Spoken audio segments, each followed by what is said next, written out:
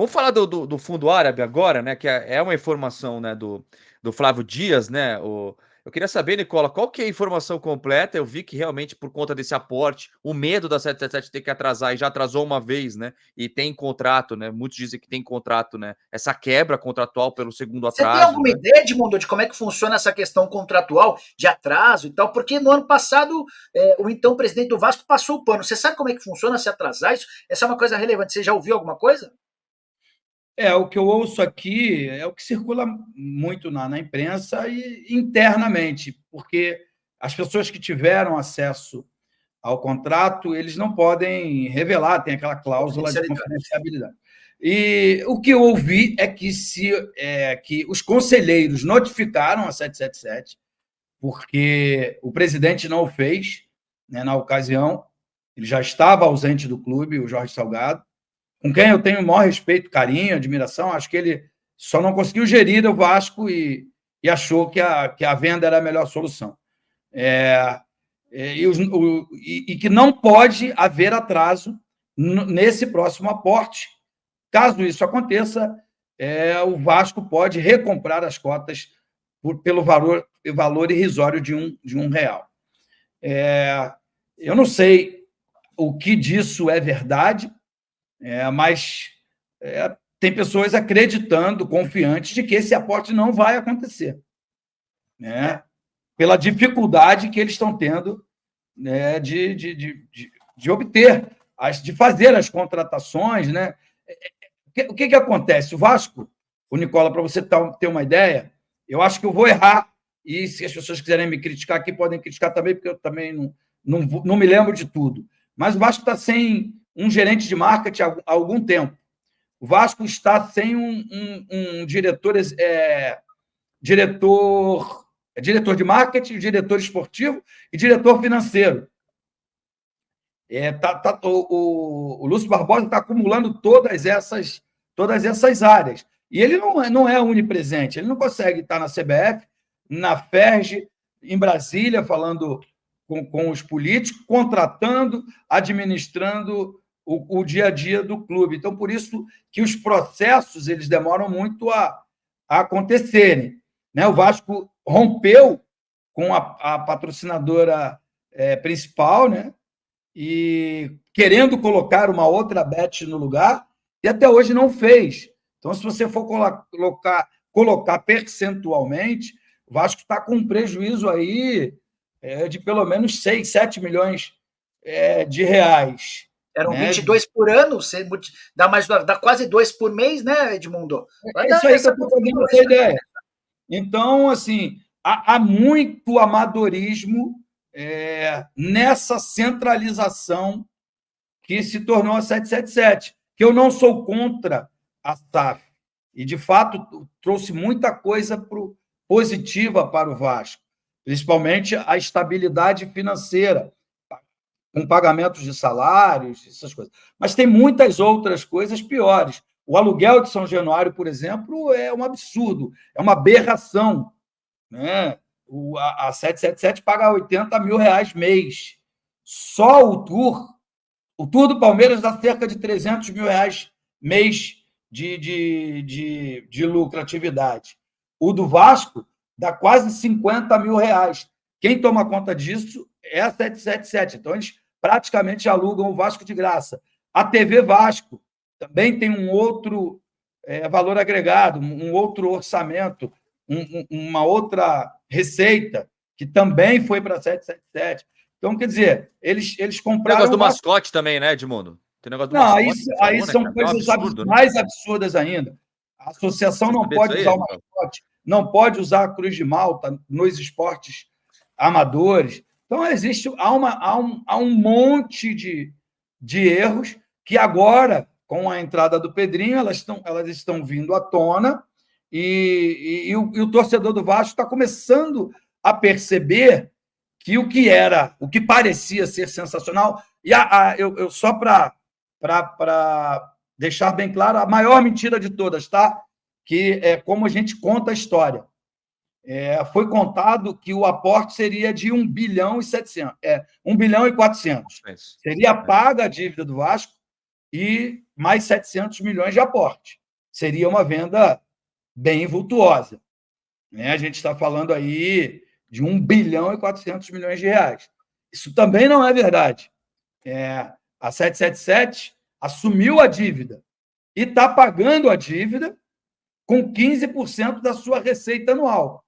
O ano passado pagou 92 milhões de reais. Só que a dívida aumentou 90. Então, ela só pagou 2 milhões de reais.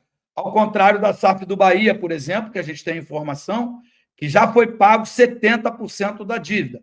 Era um pouco menor, cerca de 350 milhões de reais. Mas, porque lá eles querem, o quanto antes, sanar as dívidas para poder sobrar mais dinheiro para fazer times competitivos, vencedores. E também não quer dizer que vai ganhar também, não, que ontem tomaram uma virada histórica para o seu maior rival, que é o Vitória, que retornou à primeira divisão. Então, tem muita coisa errada, que elas só aparecem, né, Nicola, quando as coisas vão mal. Porque quando o time ganha, que é o objetivo de um clube de futebol, conquistar títulos, é uma instituição sem fins lucrativos, né? Por isso que algumas péssimas administrações deixaram essa dívida gigantesca. Mas a gente tem que culpar os péssimos administradores do passado e não exaltar a 777 porque paga salário em dia. Você trabalhou na televisão há muito tempo, eu falo isso, trabalhei quase 13 anos em 2 televisões, né? Na Bandeirantes, na Fox, desculpa, também trabalhei na Rede TV, não posso ser injusto com a Rede TV, e sempre recebi em dia. Pagar os seus salários em dias é uma obrigação, não é uma coisa que a gente tem que bater palma, né? Então, assim, tem coisas boas, mas não tem projeto esportivo. E o torcedor vascaíno, e essa semana, que começa a disputa da Taça Libertadores, os 3 outros times do Rio vão disputar a Libertadores. Um deles, inclusive, com SAF.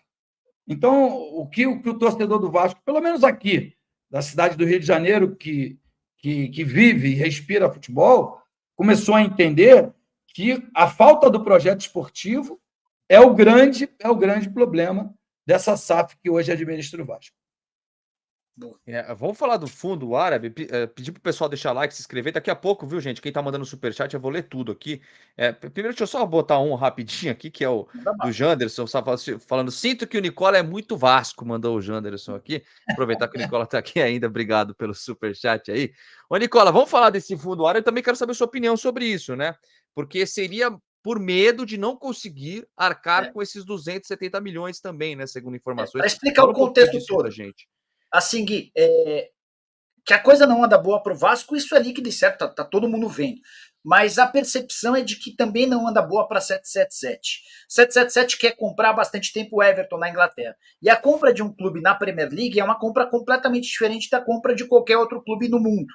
Você precisa provar a organização do campeonato que você é capaz de arcar com os custos, com o investimento. E durante essa investigação, essa diligência, em relação a 777, os caras encontraram uma série de problemas. A percepção das pessoas que tocam a Premier League é de que a 777 não tem capacidade para comprar um clube como o Everton.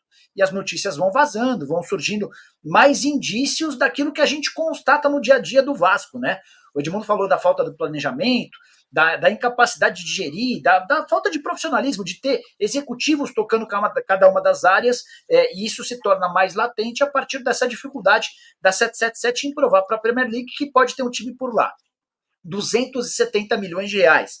Esse é o aporte que precisa ser feito nesse ano. Lembrando, desde que comprou o Vasco, a 777 aportou 310 milhões. Então, é um aporte parecido ao que foi investido desde o início da SAF, com aquele empréstimo que depois acabou sendo descontado dos 700 milhões de reais. E em meio a esse cenário, da dificuldade financeira da 777 como uma instituição em todo o mundo, dessas brigas, dos litígios, da dificuldade que está sendo gerir o Vasco por aqui, há uma percepção do mercado de que a 777 pode não ter grana para fazer esse aporte. E diante desse cenário, ela estaria buscando no mercado alternativas para passar a SAF do Vasco para outras possibilidades, para outros interessados. E aí o Flávio Dias trouxe a notícia de que um fundo árabe, cujo nome não foi revelado, estaria disposto a comprar ou assumir a SAF do Vasco, tomando ela da 777. Eu acho que seria o melhor dos mundos, nem sei qual fundo árabe é esse, mas para mim já está muito claro que a 777 vendeu algo que ela não é capaz de entregar, do ponto de vista financeiro, do ponto de vista técnico, do ponto de vista profissional. Então, ter a possibilidade de ser assumido por um outro dono, para mim seria algo bacana. Não vejo com bons olhos essa possibilidade da 777 seguir à frente do Vasco.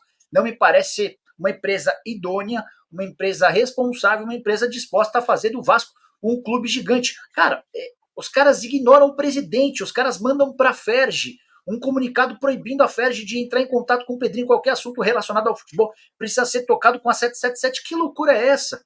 De um cara que foi jogador de futebol, de um cara que entende demais de futebol, de um cara que, como comentarista, para mim, era o mais brilhante de todos, capaz de ler o jogo. Um cara como esse é uma pérola que você tem para utilizar a seu favor. Não, a 777 exclui esse cara, solta uma nota afirmando que ele não pode dar entrevista sob o risco de punição. Enfim, uma empresa como essa não me parece querer o bem do Vasco. E diante desse cenário, se esse fundo árabe for confirmado e eu não conseguir qualquer avanço em cima disso, estou sendo bem sincero, eu acho que seria uma boa para o Vasco ter a oportunidade da troca do comando. Uma outra possibilidade, ainda de forma muito embrionária, seria, caso o aporte da 777 não seja feito, o Vasco retomar para si o controle da SAF, e aí aquela relação muito próxima do Pedrinho com o Zé Roberto Lamacchia, que é o dono da Crefisa e da FAM, um dos caras mais ricos do país. A partir daí poderia pintar algum tipo de acordo comercial. O Vasco, através do Pedrinho, obviamente não quer dar luz a essa história, até porque ela pode ser muito ruim para a relação que já está super desgastada entre o Pedrinho e a 777, mas também poderia ser uma outra alternativa. Eu acho que se o Vasco tivesse a sorte de se livrar da 777, seria uma boa. E só para te liberar, antes de te liberar, Nicola, eu queria saber se você, comparando todas as SAFs que chegaram no Brasil, que é algo ainda muito recente, todas as SAFs que chegaram no Brasil, tirando o Red Bull Bragantino, que já está há um tempo, e o estilo de SAF é um pouco diferente das outras. Comparando com todas, em qual lugar você colocaria a 777? E uma das piores, cara. Por exemplo, o John Textor, que tem muitos atos de dirigentes brasileiros, né? Essa história dele prometer uma série de denúncias e não entregá-las, enfim, isso me incomoda. Mas o Textor, quando precisou de um técnico, foi a Portugal para fechar a contratação desse técnico. Ele assume a responsabilidade. A gente, quando fala da SAF do Botafogo, a gente vê uma figura. Quem é esse cara do Vasco? O Josh Vander, que só falou lá atrás que o Vasco competiria de igual para igual com o Flamengo e desapareceu do mapa, ninguém tem notícia dele. Do Lúcio Barbosa, que está assumindo uma série de frentes e que parece ser um cara competente, mas está super atarefado, enfim. Eu acho que a 777 está entre as piores SAFs do futebol brasileiro. A do Bahia é muito interessante. Os caras erraram demais na contratação de atletas no ano passado. Fizeram um time muito jovem e que não estava pronto para jogar o brasileiro. O Bahia quase foi rebaixado. Mas é investimento alto, pensando em infraestrutura, em planejamento, pensando em pagar dívidas para ter um clube saudável do ponto de vista financeiro. Do Botafogo tem problemas, mas já mostrou ser eficiente. Que mais? A do Cruzeiro é uma SAF que desde o início prometeu investir pouco. O Ronaldo não quer colocar muito dinheiro, quer viver do profissionalismo, dos avanços de forma gradativa. Também não é uma coisa que eu acho que é uma coisa que incomoda o torcedor do Cruzeiro. Mas a da 777 é a que mais me desaponta, é a que mais me deixa incomodado. Bom, Nicola, obrigado por ser sempre muito solícito, mesmo ocupado, etc. Conseguiu um tempinho para falar com a gente, para esclarecer algumas coisas. Você é sempre bem-vindo aqui, de verdade. Obrigado mesmo, cara.